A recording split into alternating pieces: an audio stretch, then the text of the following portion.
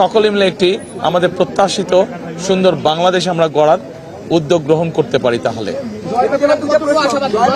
গত 12 ফেব্রুয়ারি 2026 অনুষ্ঠিত বাংলাদেশ নির্বাচনে বাংলাদেশ জামায়াতে ইসলামী কিছু আসন জিতলেও মূল প্রতিদ্বন্দ্বী বাংলাদেশ জাতীয়তাবাদী দল বিএনপির কাছে বড় ব্যবধানে পরাজিত হয়েছে। আনুষ্ঠানিকভাবে প্রকাশিত অনানুষ্ঠিক ফল অনুযায়ী জামায়াতে ইসলামী প্রায় 68টি আসন পেয়েছে আর বিএনপি প্রায় 209টি আসনে জয়ী হয়েছে।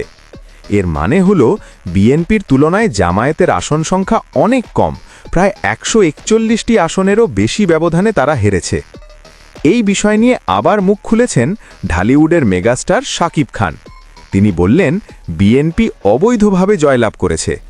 বাংলাদেশের বিভিন্ন জায়গায়, বিভিন্ন থানায়, বিভিন্ন জেলায় আমার অনেক আত্মীয় স্বজন অফিসার হিসেবে আছে, অনেক বড় ভাই সমতুল্য এই ডিএমপিতেও আছে, অনেক ছোট ভাই সমতুল্য ওই ডিএমপিতে অফিসার হিসেবে আছেন।